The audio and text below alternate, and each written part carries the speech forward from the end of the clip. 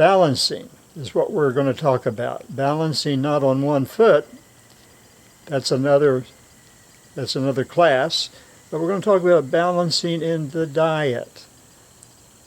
Carbohydrates, fats, proteins, vitamins, minerals, fiber, all of that stuff. So let's get with it. So what kind of a diet are we talking about?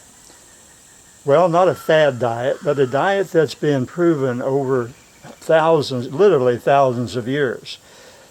The Mediterranean diet is the diet that I suggest because I've been studying diet since I was 10 years old, because I had spinal meningitis at 5 in the first grade, and I knew health was very, very important. So I started studying and trying all kinds of diets, and I came across the Mediterranean diet not long ago, maybe 10 or 15 years ago, that proved to me to be very, very good. Now, the Mediterranean diet, as you can see on this chart, the food pyramid of the Mediterranean diet consists mainly, at the bottom, you can see there are 4 quadrants, 4 places where the foods are grouped. And so at the bottom there are the fresh fruits, the vegetables, the leafy greens, the nuts, the herbs, the legumes, and these are full of antioxidants like vitamin C, vitamin E,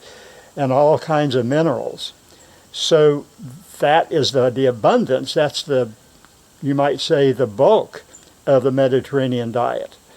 At the top of that, above that, the second tier are the fishes and the seafoods, fresh seafoods, cod, herring, salmon, shrimp, sardines, hake, halibut, all of those are cold water fish. Why cold water fish as opposed to warm water fish? Cold water fish overall are very low in saturated fats. So these are the better types of seafoods for you. The Mediterranean diet consists of mainly the the cold water fish. The third tier are the dairy products, things like cheeses, the milks. All these contain proteins, and they're high in calcium and vitamins and minerals.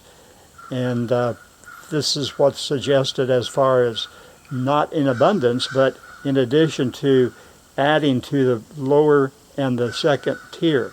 The top of the pyramid, you can see meats and sweets are the least favored, but they are still part of the diet. So lean meats like chicken, beef, pork, lamb, and so on can be eaten, but in a minimum balance. Sweets are not recommended. Sweets are mainly sucrose, and sucrose is very high in calories. So in the Mediterranean diet, sweets go back into the carbohydrates. So complex carbohydrates, like in the lower tier, are more important, better for you. And that doesn't mean you can't have a sweet now and then. If you are an advocate on the Mediterranean diet, sure, you can have ice cream now and then, a cake, pie, no problem. So, what's the origin of the Mediterranean diet? It actually is not new. It's an old diet that came by naturally, by nature, not designed by any particular group of people or science lab. It started actually about 15,000 years ago. But if you go way back before that, 100,000 years ago, before the last ice age even started. So 100,000 years ago, people were living quite nicely in the northern areas of Europe and the Americas, living off of the land, hunting, fishing, and living in grass huts and so on. And so then about 90,000 years ago, ice began to form. Huge amounts of ice started in the North Pole and even the South Pole. But the ice came down and grew. There were masses of ice, 200-300 feet high, sliding down slowly over the continents, over the European and American continents. And so the people huddled together, and in their areas, in their little townships, you might say. And so this is about 50,000 years ago. And they ate the same food, and they tried to harvest the same kinds of meats and poultry and chicken and culture the land, but they were not having too much success because things weren't growing due to the drop in the temperatures. So they started migrating south. And these were usually this is called the Paleolithic era, and they were tracking over snow and ice and trying to stay ahead of the cold winters. And eventually they ended up in the Mediterranean area. And the Mediterranean area was a nice, beautiful place, nice water that was coming in from the ocean. This was ideal because it was lush with grapes and oranges and avocados and fish, cold water fish. And they started doing contour farming, where they would plow and work their land vertically up the hills and down the hills. And this collected the water, the rainwater, and they got their food, their cod, their hake, their halibut, and so on from the ocean. And they ate what they processed, what they grew, the fresh vegetables, the oranges, the grapes, and they made wine. The wine was excellent because it was full of antioxidants, olive oil. They had a lot of olive fields. And today, these people live to be quite old and healthy, and they walked quite a bit. So they ate a balanced, perfect diet that was described on the pyramid, and they did a lot of exercise, mainly walking, a little bit of riding. They walked behind plows, walking to town, walking to the neighbors, walking to and doing their work. So they did a lot of exercise as well as diet. The diet was perfect.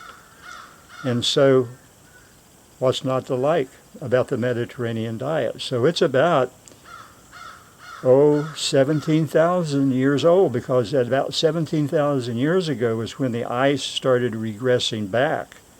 And that's when the Mediterranean diet and their habit of exercise became very, very popular. Thank you. We'll go on with that and look at the diet in more detail now.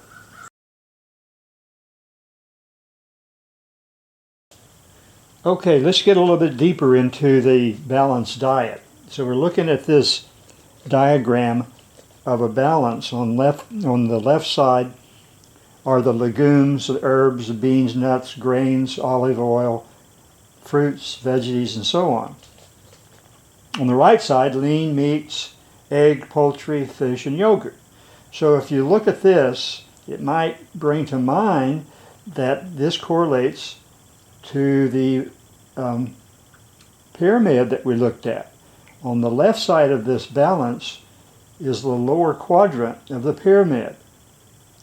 And on the right side of this balance is the upper three quadrants of the pyramid. So what should be balanced? The answer is the calories. The calories of all of the things on the lower quadrant should basically be about the same calories as the upper three quadrants. A little more about calories here pretty soon. The Mediterranean balanced diet also suggests 4 ounces of red wine a day. That's it, 4 ounces. So you wine lovers, you're out of luck. So, and along with about 2 liters of water per day. So that is a little bit low. I would suggest a little bit more than 2 liters. Some people say 3 liters, but then the human body is 70% water, so we're basically water, and we need to keep the body saturated with water. Well, not saturated necessarily, but hydrated, you might say. Don't become dehydrated. Water runs the body, and if you exercise a lot or work outside and you're in the sun and so on, as you well know, you need more water because of sweat evaporation and so on. Breathing out, you breathe out water. You breathe in and breathe out. You breathe out more water than you breathe in. And we'll get to that when we get to the exercise program. So a balanced diet is good for both physical and mental health. It can reduce all kinds of things like obesity, can reduce heart disease, diabetes, hypertension, depression, and it's even shown to help cure cancer. Now this is all mainly due to low saturated fats and high unsaturated fats in the Mediterranean diet, as well as vitamins, minerals, and antioxidants.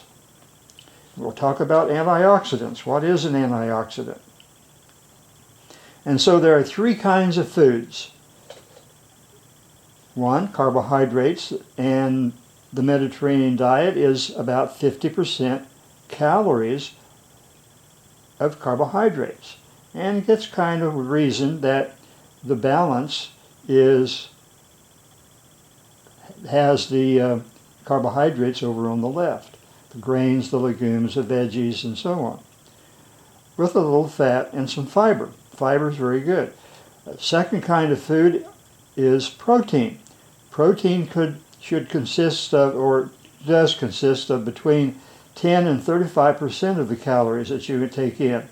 And so it's like the cold water fish, salmon, hake, halibut, sardines. Sardines are cold water fish. Poultry, lean poultry, nuts, beans, yogurt, cow's milk. That's all loaded with protein. And then the third kind of food is fat. So the fats are about 25% of the Mediterranean diet. So things like olive oil, how much olive oil? Well, no more than about 2 tablespoons. If you add olive oil to other oils, you're just adding oil on top of oil. So olive oil is really good because it's an unsaturated fat. Cottage cheese is excellent. Milk, dark chocolate. I love dark chocolate. And I recommend 90% cocoa. 90% cocoa has a little bit of sweetness to it, but mainly it's the vitamins and the minerals that are in chocolate, as well as the antioxidants. Fish, eggs, avocado, these all have fats. The cold saltwater fish are unsaturated fats. That's why cold water fish are suggested in the Mediterranean diet. Highly suggested that you stay away from fad diets. Fad diets are diets that come and go. They're not time tested like the Mediterranean diet. And as I mentioned earlier, the Mediterranean diet has been around for like at least 15,000 years. So it's very, very time tested and proven to be very healthy for you, to be 100 years old. The other thing that is suggested is that you maintain a healthy weight. In other words, the old adage, calories in equals calories out, is very true. If you take in more calories than you're expending, you're going to gain some weight. And if you burn up more calories, of course, than you're taking in, you're going to lose weight. But if you have the same number of calories coming in as going out, you're going to maintain your weight. So if you weigh yourself today and you weigh yourself next month and you weigh the same, you're probably taking in the same calories that you're burning. So if you want to lose weight, you either burn more calories or you eat less calories. Now, talk about fat. Fat contains twice as many calories per gram than carbs or proteins. Stick with monosaturated fats. Avocados, unsalted nuts, olives, liquid cooking oils. Cooking oils that are liquid at room temperature are unsaturated, polyunsaturated. Whereas something like lard that we used to use years ago for cooking is solid at room temperature. It's a polysaturated fat. Coconut oil is no good. Butter is no good. Canola oil is good.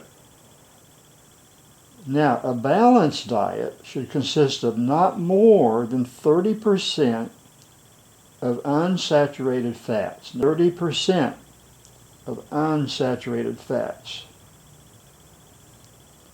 Not more than 10% simple sugars. And a simple sugar is like sucrose, and sucrose is the sweet. It's what's found in candies and cakes and pies and things like that. Very little salt should be taken in. It's suggested that 1 teaspoon of salt per day. And now, if you really don't need to add salt to your diet, because most of the foods that you eat, like the vegetables and the meats, the poultry and so on, they all have sodium in them. Now, olive oil, talking about olive oil again, olive oil is for replacing other fats.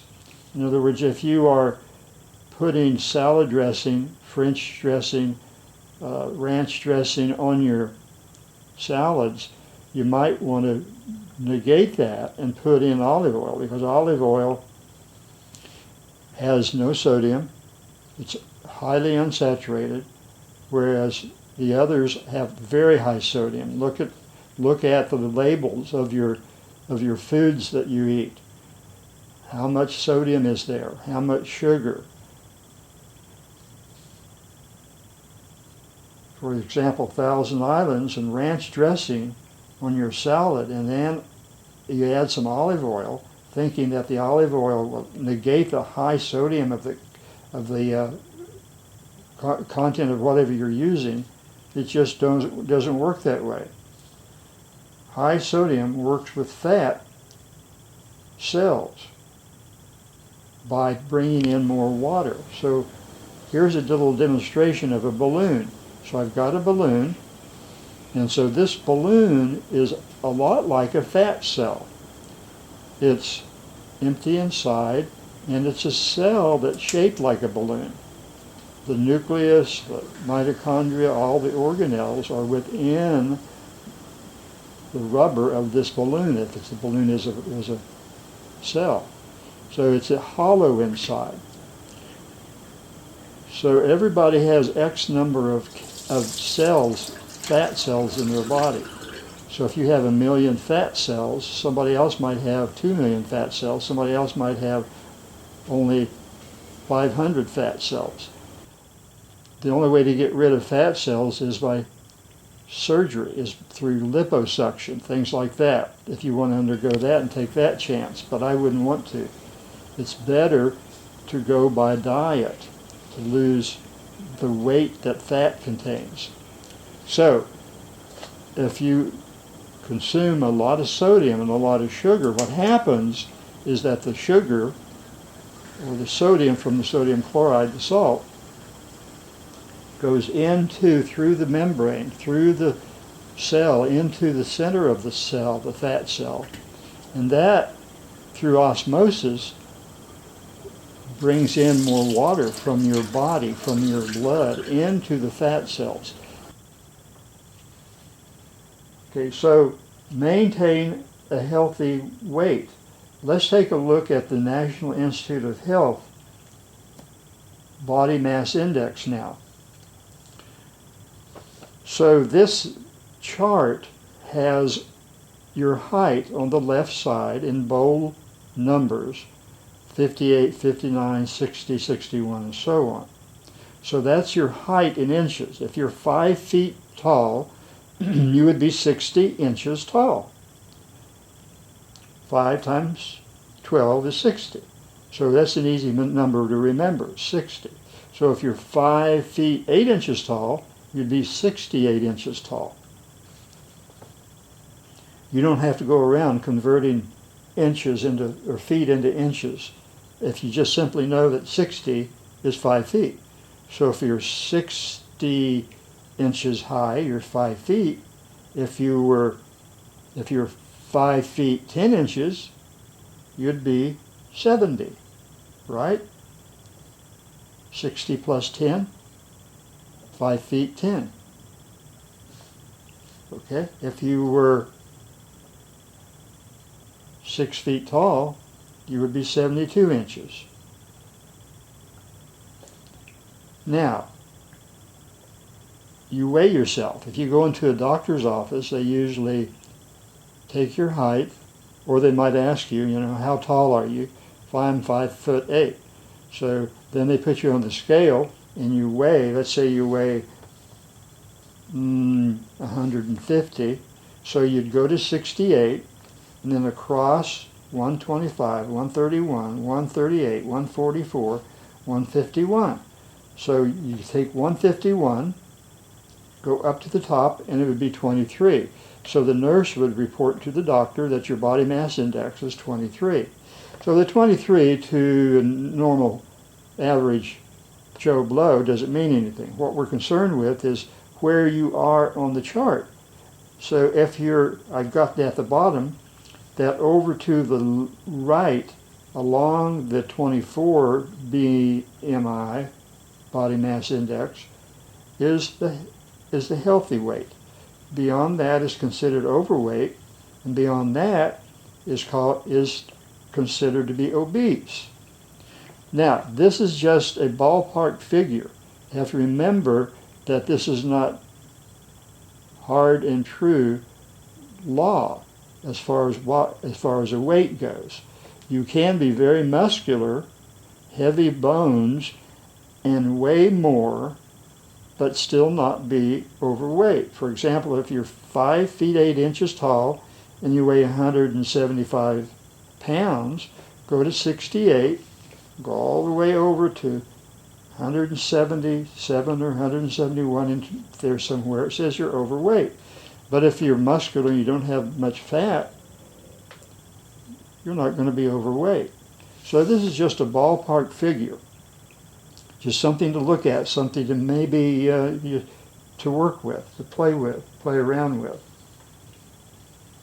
So we were talking about vitamins, minerals, and polyunsaturated and saturated kinds of foods. We're also talking about antioxidants. So let's talk a little bit about what an antioxidant is.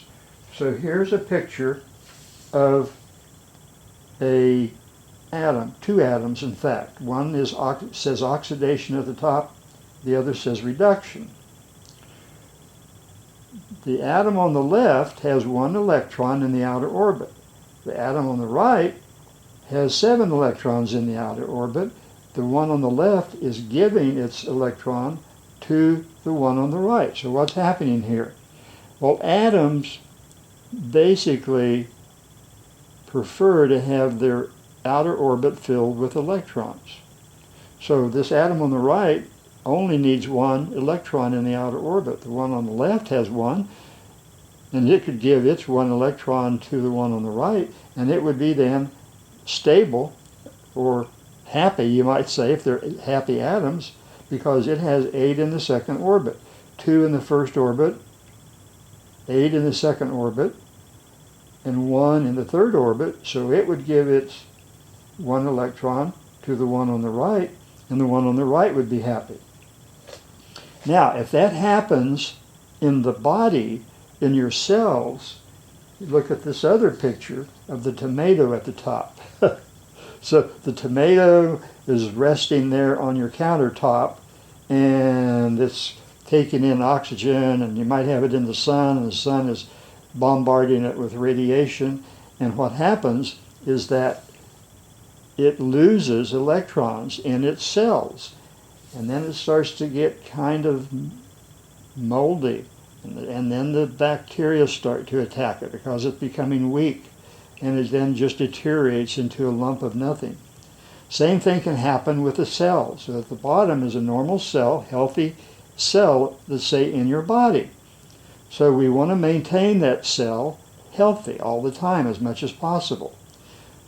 So if something that needs electrons comes into your body, like, for example, chlorine, hydrogen peroxide, or you're bombarded with radiation, or you're out in the sun a lot, or even breathing. If you're breathing oxygen, oxygen is an oxidizer. It will take away electrons from your cells. So if you're, for instance, breathing pure oxygen, 100% oxygen, that is not necessarily healthy for you in a long period. That oxygen will steal, you might say, electrons from the cells of your body.